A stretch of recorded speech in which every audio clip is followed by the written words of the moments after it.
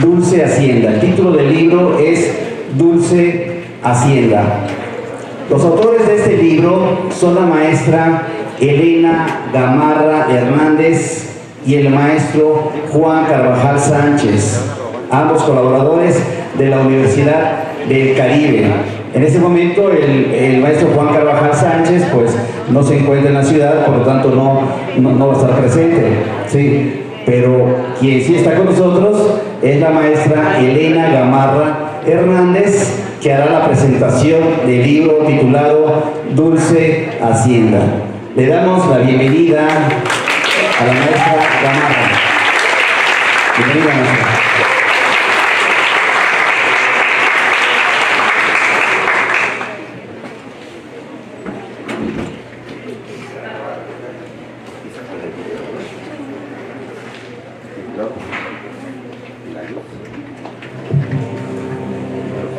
Buenos días, vamos a ver rápidamente esta idea.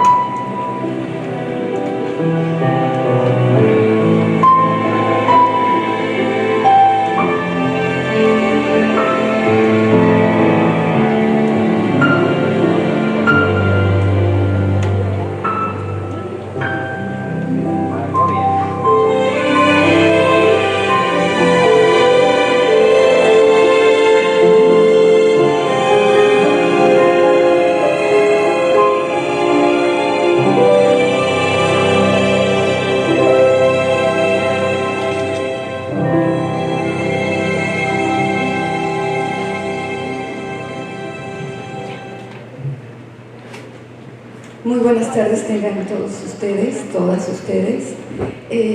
Bienvenidos, bienvenidas a esta presentación de un libro muy entrañable, muy valioso.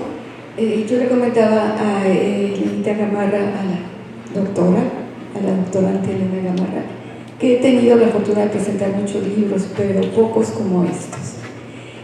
Dulce Hacienda. Les preparo un pequeño texto porque por la emoción luego se me olvida lo que quiero decir.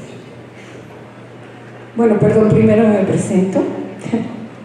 Mi nombre soy la maestra María Rosa Ochoa. Actualmente soy la directora del Patronato de la Universidad del Caribe, pero mucho tiempo fui la coordinadora de difusión cultural de esta universidad y fue cuando conocí a Elenita.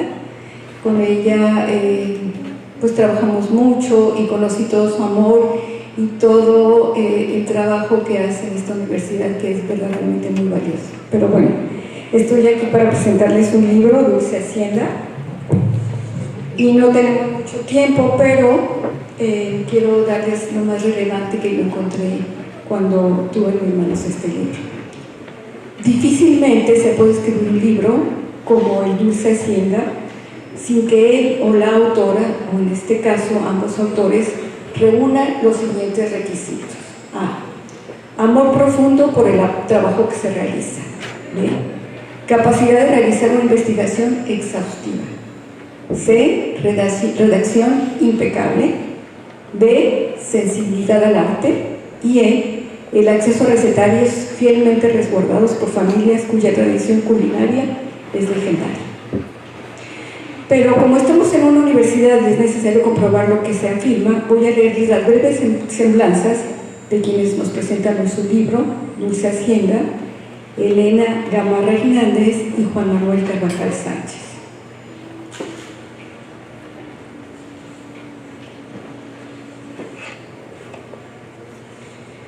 Juan Manuel Carvajal Sánchez es licenciado en Administración Turística con especialidad en Gestión e Innovación en la industria gastronómica. Tiene una maestría en Innovación y Gestión del Aprendizaje, es empresario restaurantero fue y ha sido empresario restaurantero por 25 años en Cancún, Quintana Roo, propietario de los restaurantes Linus, restaurante italiano, propietario del restaurante Las Bugambillas, propietario del restaurante Club Sandwich Café, restaurante canadiense, y tiene experiencia laboral en los pueblos turísticos de Cancún, Mazatlán, Ixtapas y Guatanejo, Acapulco y Puerto Vallarta desde 1984. Actualmente profesor de tiempo completo en la Universidad del Caribe con perfil deseable PRODEP, en donde también es miembro del Grupo de Interés Patrimonio Cultural, Turístico y Alimentario. Dentro de sus publicaciones se ha centrado en la promoción y la difusión de la sostenibilidad en los productos endémicos de Quintana Roo, coautor de las publicaciones Rescate e innovación de recetas tradicionales con productos utilizados de la zona norte de Quintana Roo, Cultura, Nutrición y Medio Ambiente. Dulce Hacienda, anécdotas gastronómicas a través de los postres de la familia González de Silva en su paso por las haciendas de Tlaxcala. La cocina del Campo Bravo, recetario histórico de las haciendas tlaxcaltecas de la familia González de Silva y su contenido actual. La cocina de la Casa Grande, facciones históricas, sociales, culturales y gastronómicas de las cocinas hacendarias en México. Actualmente escribiendo el libro Revalorización de los productos utilizados del norte de Quintana Roo, ya práctica para su consumo. Es miembro permanente del Comité de Fomento a la Gastronomía de Quintana Roo, miembro del Colectivo de Cocineros de Quintana Roo y creador del canal de YouTube y redes sociales de Rescatando Ingredientes. Por su parte, Elena Citlali Gamarra Hernández es licenciada en Gastronomía por la Universidad del Claustro de Sor Juana en la Ciudad de México. Tiene una maestría en Cocinas de México en Culinary Art School de Tijuana, Baja California. Es doctorante en Ciencias de la Gastronomía en el Instituto Campechano, con experiencia en restaurantes y hoteles por más de 12 años. Trabaja desde hace 16 años en la docencia culinaria para diferentes instituciones a nivel nacional. Actualmente en la Universidad del Caribe en Cancún, Quintana Roo, forma parte del cuerpo académico Sistemas Socioecológicos, Turismo y Cultura Gastronómica. Es miembro nivel 2 del Sistema Estatal de Investigadores, así como el perfil deseable PRODEP.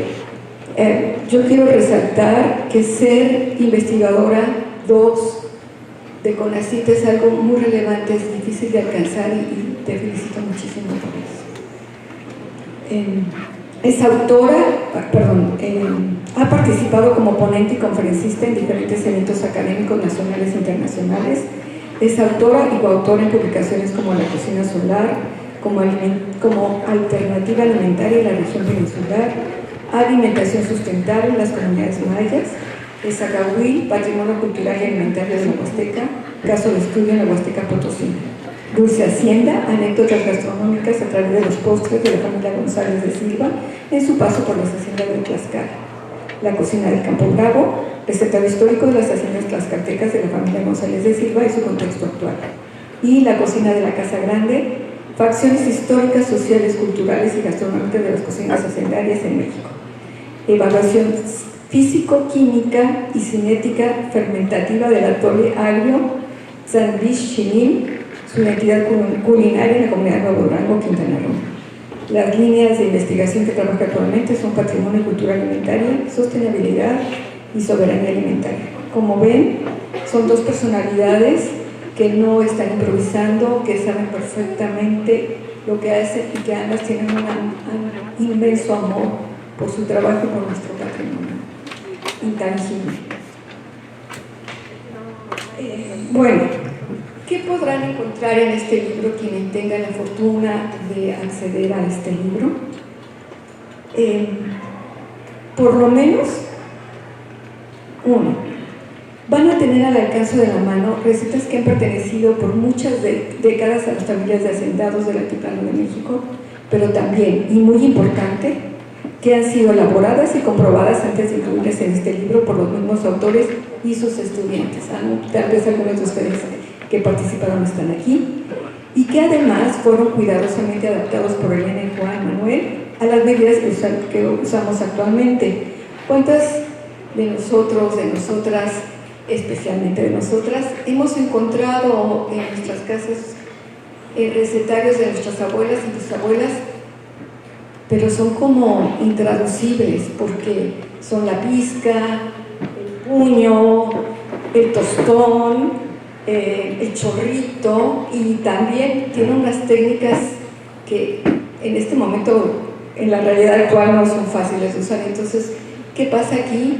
Que nos las ponen para que las podamos hacer en nuestra cocina y con la gran ventaja de que sabemos que están probadas y comprobadas. 2. Van a deleitarse con una bella narrativa. Mientras leía el libro me encontré con unos textos entrañables y con calidad suficientes para hacer una novela. Verdaderamente me asombré muchísimo. La calidad literaria de la escritura de Elena Gamarra es verdaderamente sublime. Es que uno la lee y se los juro que se me llenaban los ojos de lágrimas. De verdad que son unos libros bellamente redactados, y sobre todo para quienes somos mexicanas, mexicanos, que entendemos de lo que está hablando verdaderamente, vale la pena leerlo. Yo le comentaba a Lenita que fue una lástima que no los haya filmado, pero bueno, sabemos que ustedes dos están involucrados. De verdad, muchas felicidades por esos textos. Me recordaron, no sé, ustedes a lo mejor no lo leyeron, porque fue un éxito hace varias décadas, como Agua por el Chocolate, de Laura Esquivel, que fue un libro que tuvo muchísimo éxito, inclusive en Estados Unidos, y lo hicieron películas. Entonces esta escritura de Elena me recordó ese libro, con la pequeña diferencia que el libro de la novela de Laura Esquivel no se podía tomar como un recetario porque sus recetas eran rarísimas. En cambio, este libro tiene ambas cualidades. 3. Van a tener acceso a información histórica del patrimonio cultural intangible de familias, que a su vez son fiel reflejo del patrimonio de nuestro país, de su mezcla de culturas, de la variedad de ingredientes y técnicas de cocina, y de su amor por la vida en familia y el buen comer. Van a disfrutar de bellas fotografías que muestran los bizcochos, los atoles, los budines, la cajeta, las cocadas, las chorreadas, las empanadas, los flanes, las gorditas, los mazapanes, las mermeladas, las panquequetas, las frutas en conserva, entre otros, y una variedad de panes dulces que y el autor tuvieron la paciencia y la mano artística para confeccionar y de exhibir en diversos tipos de vajillas y mantelería que enmarcan con maestría estas joyas de arte que son los postres que obsequian a sus lectores y lectoras. Como el tiempo es breve, quiero invitarles, o más bien alentarles a que lean este libro y que sus recetas siempre las tengan a la mano, porque como dice el chef Carvajal, no hay actividad más noble que alimentar al prójimo, especialmente cuando se trata de un postre.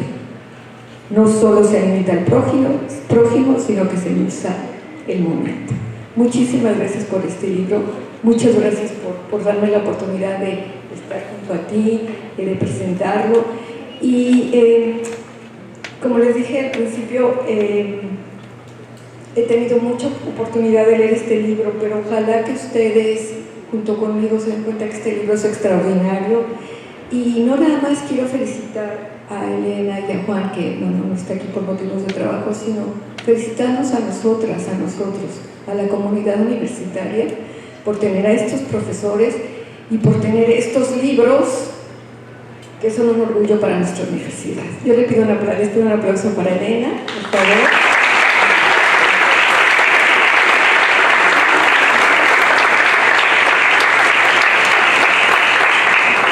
Y bueno, ahora le doy la palabra porque ella tiene muchas cosas interesantes que hablarnos sobre el libro.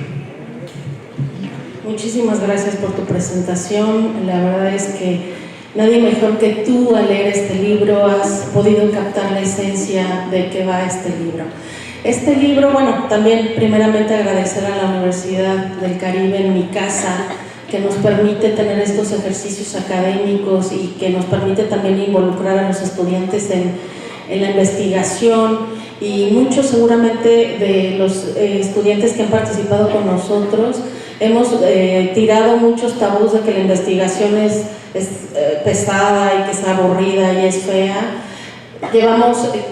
Cumplimos una trilogía del material que sacamos desde hace algunos años y en el cual hemos trabajado para este material alrededor de 2 años. Les platico rápidamente el contexto de este libro.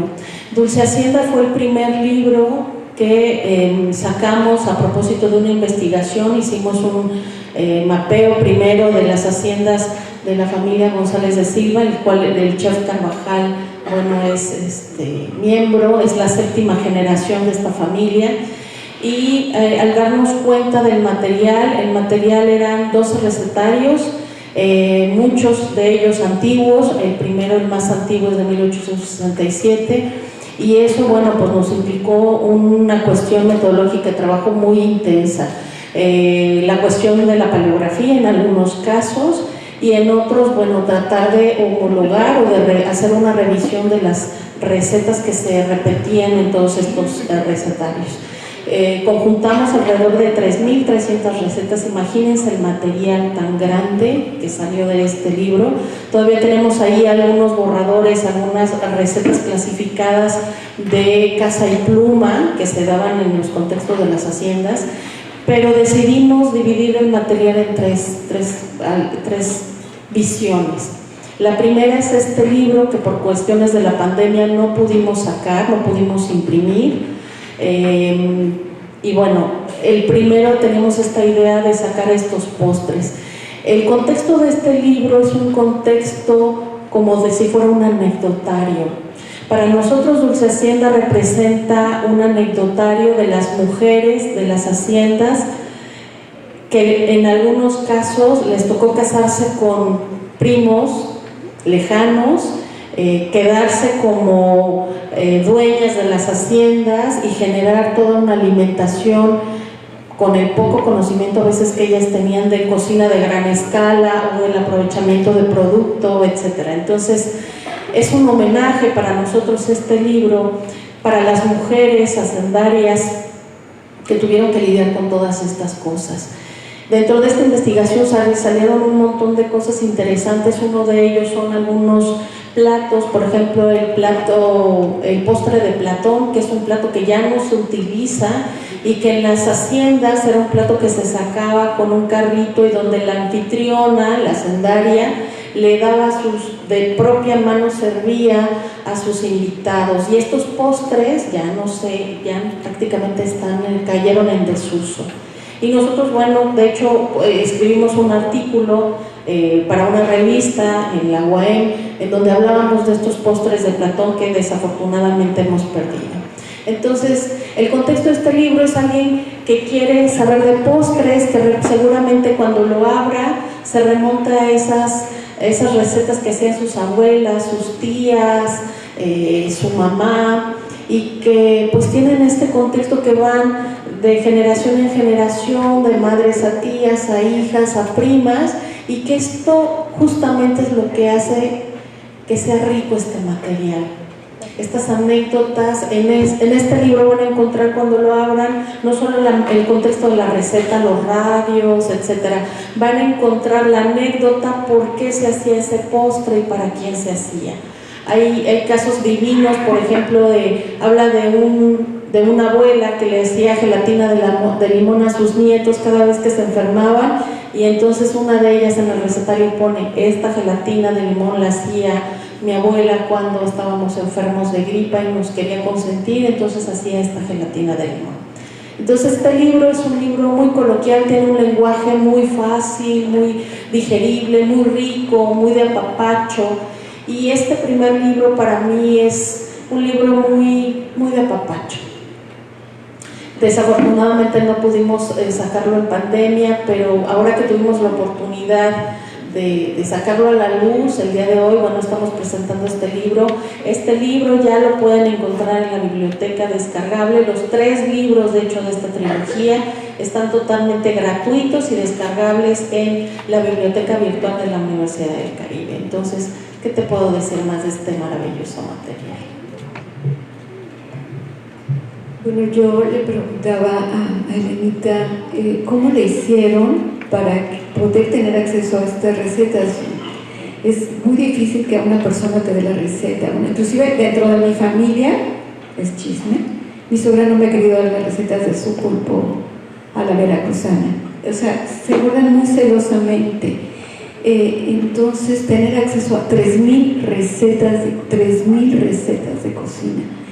Este libro de verdad es una maravilla, y no nada más como acervo para conocer los postres, para recrearse. Algunos seguramente los conocemos, otros nos vamos a acercar de ellos. Hay otros que solo los vemos en las vitrinas de los restaurantes árabes, como la baklava, y ahí te dicen cómo hacerlo, y seguramente le va a salir bien porque ya lo comprobaron ustedes.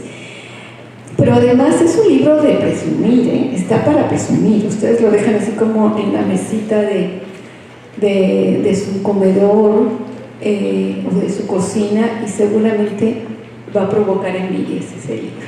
De verdad es un libro que vale muchísimo la pena, que tiene muchísimas cualidades, y que, bueno, que les gusta a ustedes que están estudiando gastronomía, que seguramente también son fans de la cocina mexicana. No sé si tengan algunas preguntas, alguien tiene alguna duda.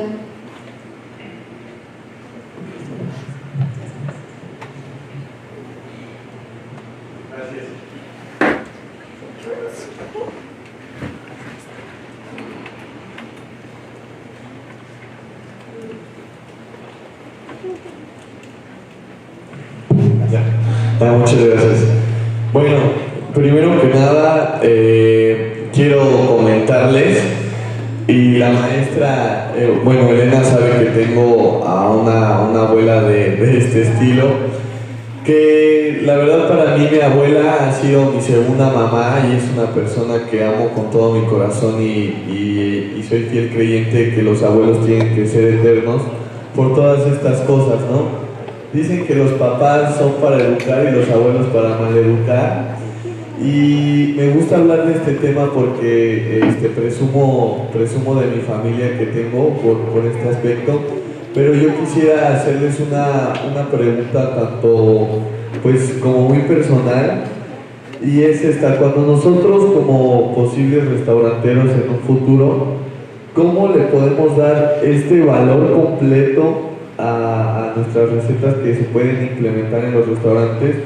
El no dejarlas solo servidas y ambiguas, ¿cómo le podemos dar ese plus y la explicación de todas estas maestras de la cocina que eran y qué son las abuelas. Bueno, tengo antes que mencionar un poco el contexto. Su abuela, que remite, es parte de este libro, de hecho está incluida en la lista de las mujeres que nosotros consideramos en este libro, estas mujeres portadoras de conocimiento. Y cuando entrevistamos a tu abuela y cuando estuvimos en su restaurante, pues qué dicha para mí conocerla finalmente, porque la conocí a través de las entrevistas en audio, de los recetarios, y el hecho de tenerla ahí como parte de una fuente viva fue enriquecedor, ¿no? Fue como, wow, yo leí sobre su familia, leí sobre sus recetas, estoy en su restaurante, fue wow, ¿no? Tuve la fortuna de ahora estar en Tlaxcala y conocer a muchas de estas mujeres que están en este recetario y que nos dieron las recetas tan amablemente, y bueno, todas se me acercaron y me dijeron, bueno, gracias porque este material, bueno, pues seguramente mi familia lo tiene, pero ustedes lo están sacando a la luz y están mostrando lo que fue es parte de la historia de nuestro país, de una parte de la historia de México que está representada en esas recetas. Contestando un poco tu pregunta, el valor está implícito porque es una receta que habla de historia, pero creo que el mejor valor que se le puede dar es reproduciéndolas, que estas recetas vuelvan a salir a la luz, que la gente las haga. Ahora con los radios o con los ingredientes y todo el pesaje que incluimos, son totalmente reproducibles. Entonces yo creo que el valor que se le da a las cosas es cuando las conoces y las reconoces. Y por eso yo creo que una posibilidad sería reproduciéndolas a lo mejor en el restaurante, que a lo mejor los meseros, se me ocurre que los meseros en este afán de la venta también pudieran incluir esta historia que representa cada uno de estos platillos, y yo creo que eso también le da mucho valor a las recetas, ¿no? Espero que haya contestado tu pregunta. Muchas gracias. Adelante.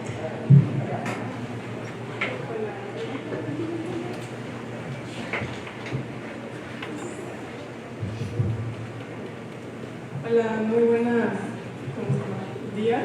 Mi pregunta es un poco extensa, ya que quiero como que abarcar un poco sobre sus anteriores libros. Mi pregunta es sobre cómo a ustedes se les vino la idea de poder impulsar estas historias que vienen detrás de los platillos, ya que como chef siento que también es importante saber la historia por detrás de cada platillo. Pero ustedes, ¿cómo llegaron a la conclusión? ¿Ustedes creen que con este libro, como Agua para Chocolate, siente que puede dar un impacto hacia otros países? ¿Ustedes hasta dónde quieren llegar con estas historias de diferentes personas, como ustedes dicen, de mujeres de Tlaxcala? ¿Hasta dónde quieren llevar? ¿Hasta dónde quieren llegar con este libro tan importante? Porque a mí se me hace como que de una importancia muy grande, como que también ustedes darle voz, una voz más grande, como que extender estas grandes historias de muchas personas que no se llegan a conocer, que nada más como muchas personas solamente conocen el plato, pero no conocen la historia por detrás. Bueno, son muchas respuestas las que tengo que darte al respecto de este planteamiento. La primera es que ya lo hicimos. ¿Cómo les damos el valor o cómo hicimos para traer todo esto? Documentar. Y creo que las mesas de investigación que se han hablado aquí en las presentaciones, eso se ha recalcado mucho, ¿no? La documentación, porque al fin y al cabo es un material que estaba ahí en los closets de las señoras y que a lo mejor su nuera o su nieta a lo mejor ya no lo iba a reproducir. Entonces lo que hicimos, que ahí Juan siempre cuenta esta anécdota de que cuando él dio el tema de que, oye, yo tengo unos recetarios ahí y nadie los pela, ¿tú me puedes ayudar con eso? Y yo, bueno, feliz porque yo soy amante de la historia, probablemente tenga algunos de mis estudiantes de historia de la gastronomía mexicana y saben cómo soy súper apasionada con este rollo de la historia. Y cuando llegó Juan y me dijo, ¿qué hacemos con este material? Y yo, Juan, o sea, caíste en blandito, caíste conmigo.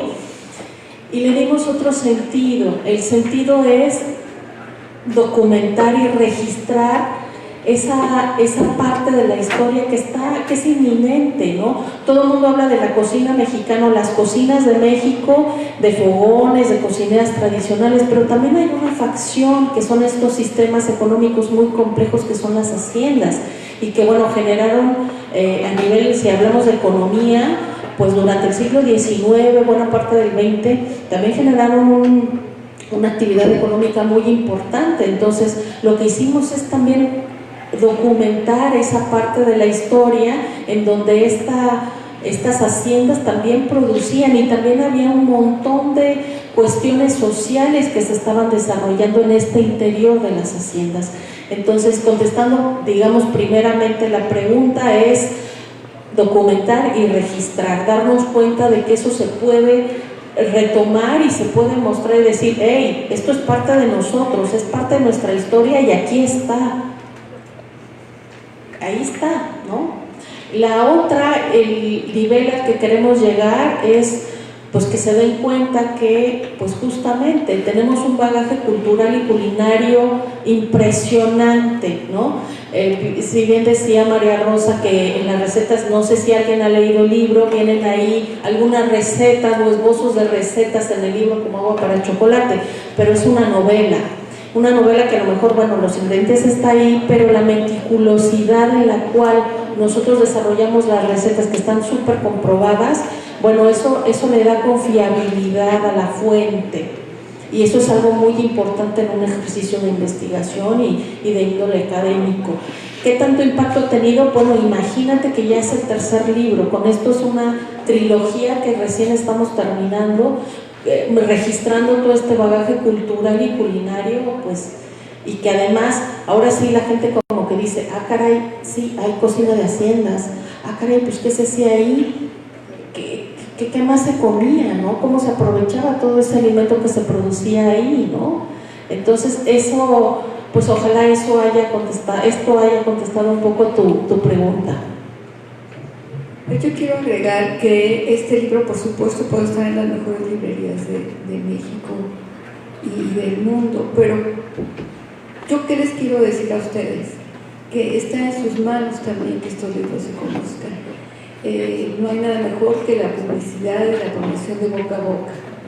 Si ustedes en su trabajo, en sus casas, cuando tengan sus restaurantes, hablen de los libros. Ya se fue, ¿verdad? El compañero, el estudiante cuya abuelita estaba en el libro. Pero yo he estado en varios restaurantes en Puebla y ahí te presumen muchísimo sus recetas, te ponen en el aquí puedo decir recetas de las abuelas de las haciendas de Tlaxcala comprobadas, porque sí, comprobadas. Entonces, a nosotros nos toca que estos libros, que lo que hacemos en esta universidad se conozcan con sus obras, con las obras que ustedes van a hacer, con su trabajo que van a hacer cuando salgan de esta universidad y con la gente que conozcan. Esa es como una de las misiones que debe tener esta universidad. Gracias. No sé si contesté tu pregunta. Gracias. De este lado. Aquí.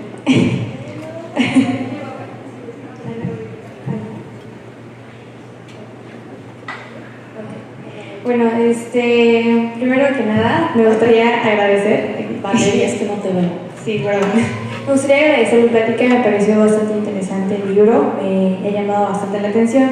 Y bueno, respecto a la pregunta, me gustaría saber cuáles fueron los procesos para discernir entre las recetas pues, de Hacienda y las recetas que pues, no lo son, no lo eran promedio.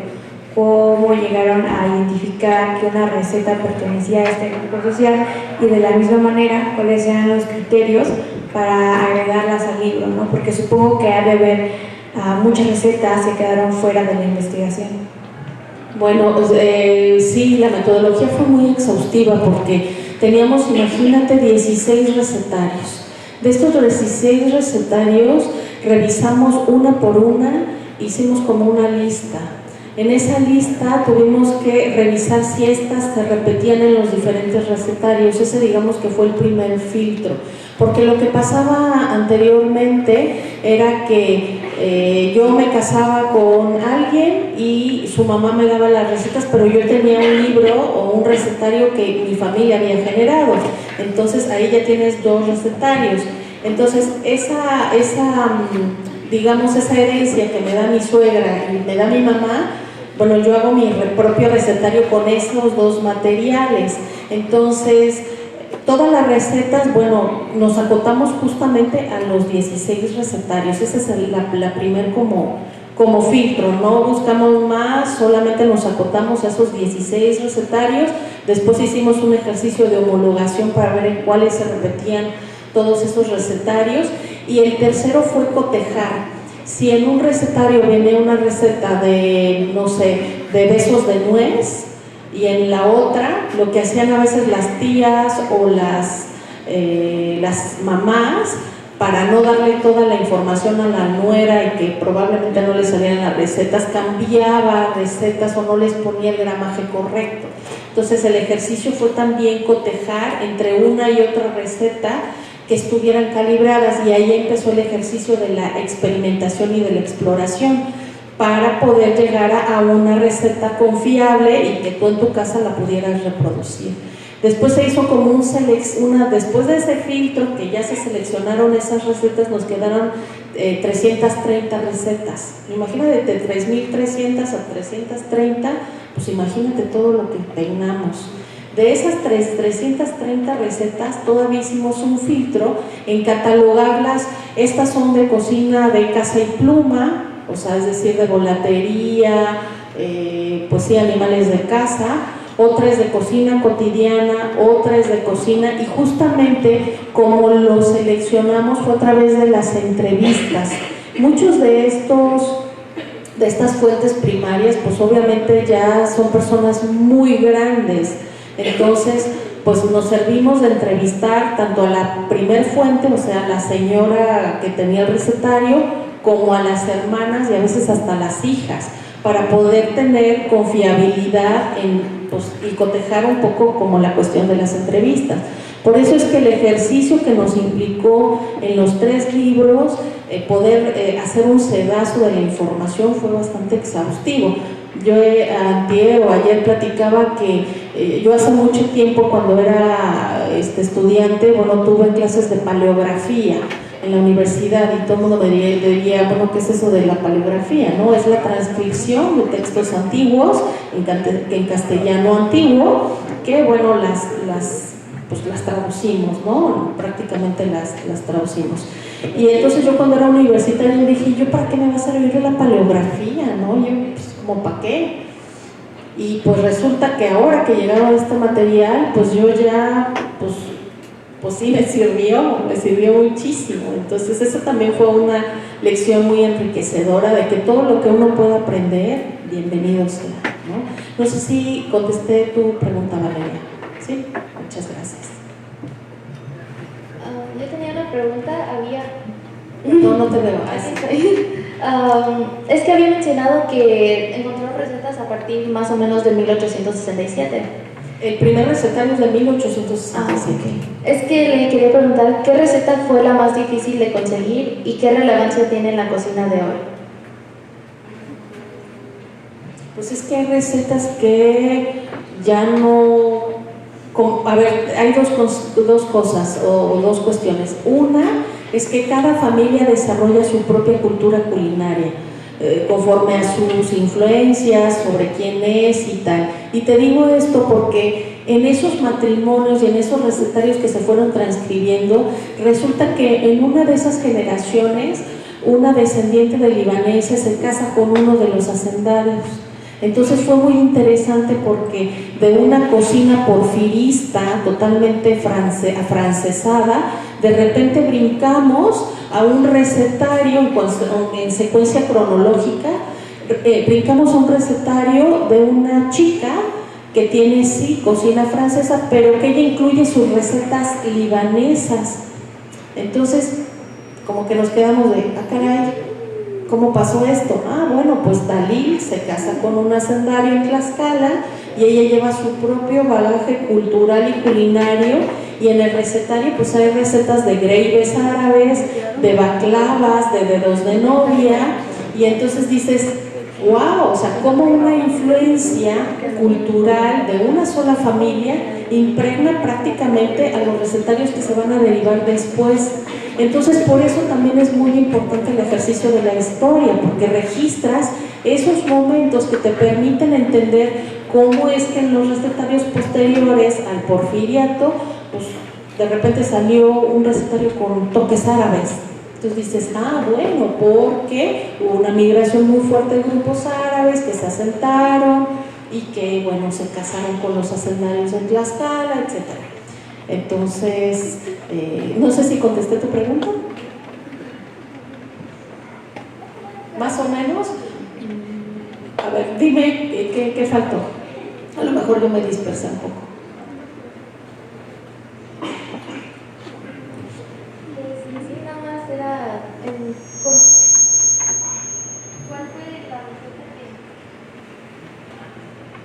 ¿Cuál fue la receta que en sí considera que fue más como que destacable de todos los recetarios?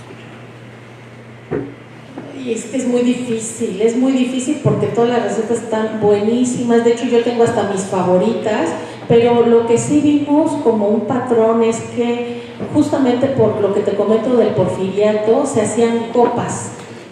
Era como muy de moda que se presentaran los diferentes postres en copas, y eso ahora ya no se ve. Entonces esos postres fue como difícil de decir, bueno, ¿y en qué copa de esa época para la foto o para que nos diera una referencia de cómo era? Entonces, si te puedo decir, una de las más complejas a pesar de que la receta era súper sencilla, de que le ponías soleta y una mousse o lo que sea, el contexto del cual teníamos que o montarlo, o el contexto de la escenografía, yo creo que esas fueron de las más difíciles para recrear, sobre todo porque el postre de la época de moda del porfiriato eran las copas. Entonces, pues nos quedamos así de, bueno, ¿qué copa le ponemos? Una champaña, o sea, o flauta, ¿cuál le ponemos? ¿No? Entonces tuvimos que irnos como a la historia de qué tipo de copas se empleaban en ese momento para presentar esos postres. Esa podría ser como de las más complejas que tuvimos. Las otras, fue también complicado la cuestión del horneado, porque hay muchos hornos del siglo XIX que usaban leña y que eran, haz de cuenta, como una estructura de barro en donde había como un cajón, dos cajones, uno abajo donde le ponías la leña y arriba era otro cajón, pero tenía como una parrilla, entonces ahí metías los postres y ahí se horneaba. Entonces también ese ejercicio de pensar cómo reproducir como eso fue complejo. Ahora sí contesté tu pregunta. Bueno, para mí, no les voy a decir, yo ya lo empecé a leer, no les voy a decir porque creo que se deben llevar la gran sorpresa en cuanto lo comiencen a leer. Lo que sí, algo que quiero destacar, es que el libro es un homenaje a las mujeres, que por muchos años y por muchos siglos hemos sido invisibles. Hemos sido la gran fortaleza en la reproducción social, en la reproducción económica, pero difícilmente se logra el mérito histórico que merecemos. Entonces, este libro es justamente eso, un homenaje a las mujeres. Definitivamente, para nosotros este libro, por eso les digo que este libro es muy especial para mí, porque durante la historia muchas veces las mujeres fueron opacadas en todos estos cuestiones a veces de importancia, han sido un poco opacadas y no se les ha dado el reconocimiento que merecen. Yo quisiera que se pusieran un poco empáticas con esas mujeres que de repente les decías, te tienes que casar con el primo de la hacienda, no sé qué, para entonces juntar el ganado y tener más territorio o así. Entonces, pues esta chica que era educada en su casa, que sabía tocar el piano, que a veces sabía hablar francés, que no tenía tanto contacto a veces con la cocina, algunas sí, otras no. Imagínense sacarla de ese contexto, casarla y además que ella se hiciera cargo no solamente de la familia de su esposo, sino que de toda una hacienda donde había pues peones, rancheros, y que a todos se les tenía que dar de comer, se tenía que administrar la hacienda con todos estos productos que se gestionaban y que se cultivaban en las haciendas. Entonces imagínense todo lo que tuvieron que aprender esas mujeres, todo lo que tuvieron que hacer para darle de comer a toda esa gente, cómo administrar esos recursos, cómo ser una gran anfitriona, porque les estoy hablando, y no me dejarán mentir mis compañeros de Tlaxcala, que de una hacienda a la otra son kilómetros, que a veces hay haciendas que están ahí perdidas en la nada. Imagínense esas mujeres ahí solas. Entonces este libro es especial porque reivindica este quehacer histórico, cultural que tienen las mujeres en nuestro país a través de la historia, y es darles visibilidad a esas mujeres que hicieron tantas cosas y que gracias a ellas mantenemos una cultura viva. Y ya para cerrar mi comentario, disfruté tu crecimiento en la redacción cuando una mexicana conquistó Monte Carlo. Tu tesis de licenciatura, que tuve el honor de dirigir, pude percibir ese sentimiento y esa pasión por la cocina, pero también ese gusto por la buena redacción, ese gusto por escribir desde el corazón. Un deleite, un dulce para el alma. Muchas gracias.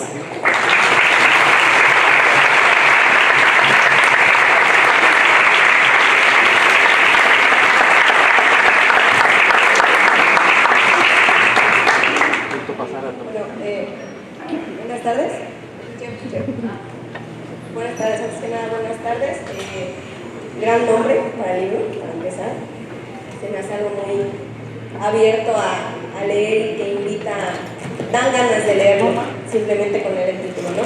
Bueno, quiero hacer una pregunta a partir del conocimiento y de toda la experiencia que tiene tanto usted como el chef Carvajal, referente a, de todas las recetas que se encontraron, ¿existió o hay alguna que no tenga alguna variación con alguna receta que ya tengan ustedes conocimiento? ¿O de plano todas las que están en el recetario o que se investigaron tienen al menos una variación de alguna receta actual o una receta que ya se conozca? ¿Alguna que haya dicho usted así de, ¿qué es esto? Pues mira, si lo vemos en ese contexto, pues todas, ¿no? Porque hay algunas recetas que dice media crema. Y yo, bueno, pero la media crema de botecito que tú conoces no era la misma que pues hace mucho tiempo. Entonces era también como pensar en ese ejercicio de a qué se refería. La ventaja es que tuvimos a las fuentes vivas que nos decían, pues es que sacabas la leche y entonces teníamos esas referencias. Luego había una receta que me parecía fascinante, que es era el granizado. Y era una receta que se le llama así porque cuando llovía y granizaba, la gente salía con unas bateas a recolectar ese granizado. Y con ese granizado hacían nieves de garrafa. O sea, las nieves que pones tu batea, pones el hielo, sal y estás así moviéndolas. Y esas recetas les llamaron granizados y las hacían con las frutas de temporada. Entonces ese tipo de recetas era, ¿y cómo vamos a hacer esto? O sea, ¿cómo me voy a salir con lluvia tóxica a sacar el granizado para hacer la receta? Pues es imposible, ¿no? Hay algunas recetas que sí dijimos, no, no se puede, ¿no?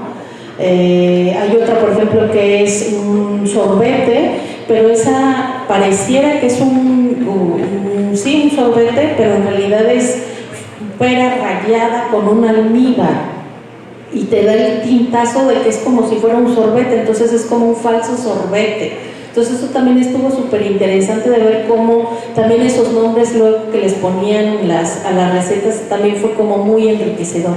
Este libro tú lo vas a abrir y en cada una de las recetas viene una anécdota. Y esas anécdotas también fue delicioso verlas, ver por qué salieron. Eso fue también un ejercicio súper interesante. Entonces, ahí están dos recetas que fue muy complejo.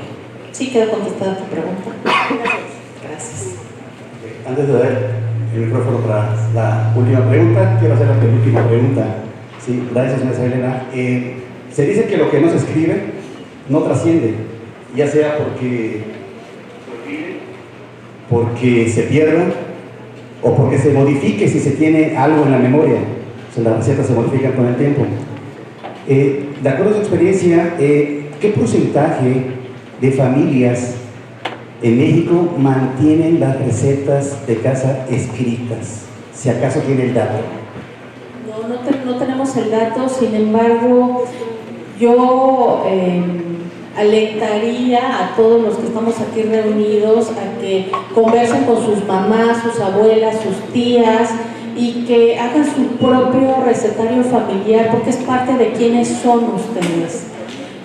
Yo recuerdo hace algún tiempo, mi familia es muy extraña porque mi papá era extranjero, era boliviano y tiene una carga cultural muy interesante y luego se casa con mi mamá que era una jarocha, ¿no? Que también su cocina, la cocina veracruzana es monstruosa.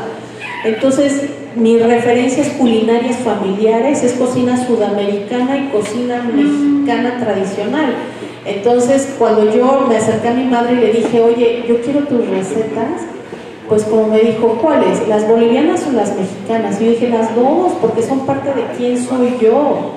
Entonces, yo los invitaría también a que no me gusta mucho usar esa palabra de rescate porque pues creo que hay cosas que están ahí presentes y solo es cuestión de mirarlas. Entonces yo los alentaría a que se acerquen con sus familiares, que hagan su propio acervo cultural familiar, porque eso habla de quiénes son.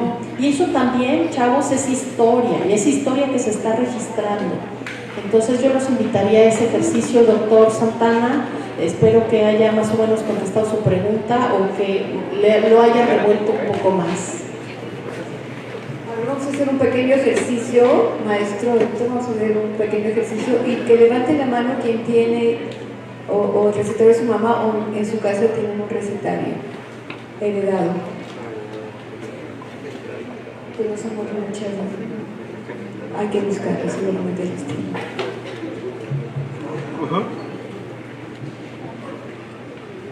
Aquí.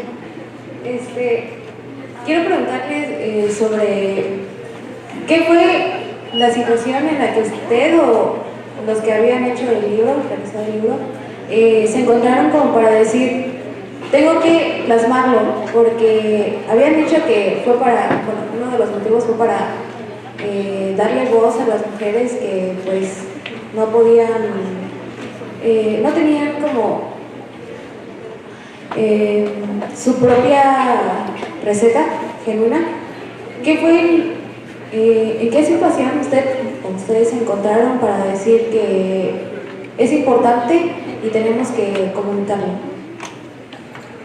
Imagínate que de repente un día Juan Carvajal llega a mi oficina y me dice, mira lo que recolecté en mis vacaciones, y me da así un bonche y algunos casi hasta se deshacían. Y yo, ¡oh! ¿Qué es esto? Y me dijo, son recetarios de mis familiares y quiero hacer algo con esto, pero no sé cómo. ¿Qué hacemos? Y yo empecé a ver el material y dije, esto es historia, esto hay que registrarlo, tenemos que hacer algo con esto. Y cuando empezamos a hacer todos estos filtros que ya les platiqué, yo dije, bueno, es que ¿en qué momento estas mujeres tuvieron el tiempo para gestionar la hacienda, hacer de comer para 40 personas mínimo y toda la pena, y hacer Día de Muertos, pero no solamente de la familia, sino de toda la hacienda, con la calpanería, o sea, con todos? Y además, Campo Bravo, por ejemplo, eran todos los rancheros que salen a herrar el ganado, a bañarlo, etcétera, y que hacen sus propias recetas en el campo con la fauna silvestre que hay. Entonces, ese material, si yo no se los cuento ahora, probablemente se hubiera perdido. Entonces, cuando nos estuvimos revisando el material, dije, Juan, esto, ¿cuándo te ibas a imaginar que íbamos a recrear una copa del siglo XIX del porfiriato, de la alta cocina mexicana porfiriana? Pues nunca. Y justamente, si tú me preguntas, eso fue al ver el material, que dijimos, esto tiene un valor interesantísimo, no lo he visto en ningún lado. Hay algunos artículos que hablan sobre los recetarios mexicanos de Bacheller y algunas cuestiones de por qué era importancia en los recetarios, pero cuando los tienes enfrente ves a la historia viva ahí. Entonces, ese fue nuestro primer motivo, de decir, tenemos que hacer algo con esto y que no se pierda y que no lo vuelvan a cerrar y a guardar en el armario, y cuando probablemente se haya muerto esa señora, pues seguramente también se va a perder eso. Entonces, pues todo eso nació por esa idea de registrar y de salvaguardar, ¿no? Eso nos motivó, y yo leí las recetas y dije, no, es que tenemos que probarlas, tenemos que hacerlo, ¿no? En cuanto a las técnicas, en cuanto a las presentaciones, lo que les contaba del postre de Platón, que sacaban lo mejor de su talavera, lo mejor de su plata, para enseñar ese postre, que la anfitriona se luciera al servirte un postre después de la comida. Entonces imagínate cómo no recrearlo o hacerlo. No sé si queda contestada tu pregunta. Gracias.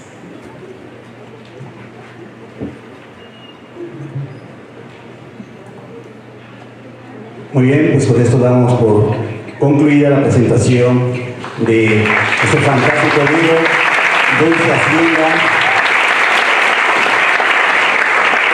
que ya bien nos comentó la doctora Gamarra, que forma parte de una trilogía.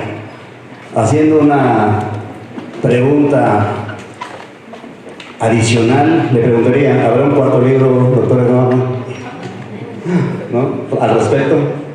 Pues no lo tenemos contemplado, pero de que hay material, hay muchísimo material. Lo que sí es que ahorita estamos trabajando en un libro con Juan, que es la revalorización de productos de Quintana Roo. Estamos haciendo una guía editable, fácil de leer, para que la gente sepa consumir, o más bien consuma alimentos como los IBES, etcétera, pero de una manera práctica, sencilla, menos costo.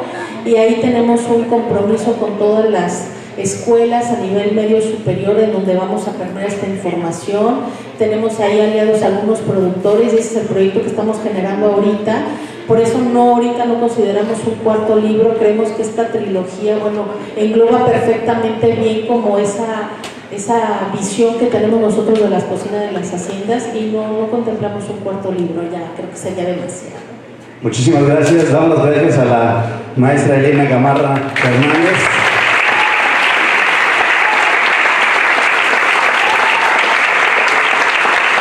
A la distancia, al maestro Juan Carvajal Sánchez, también autor del libro.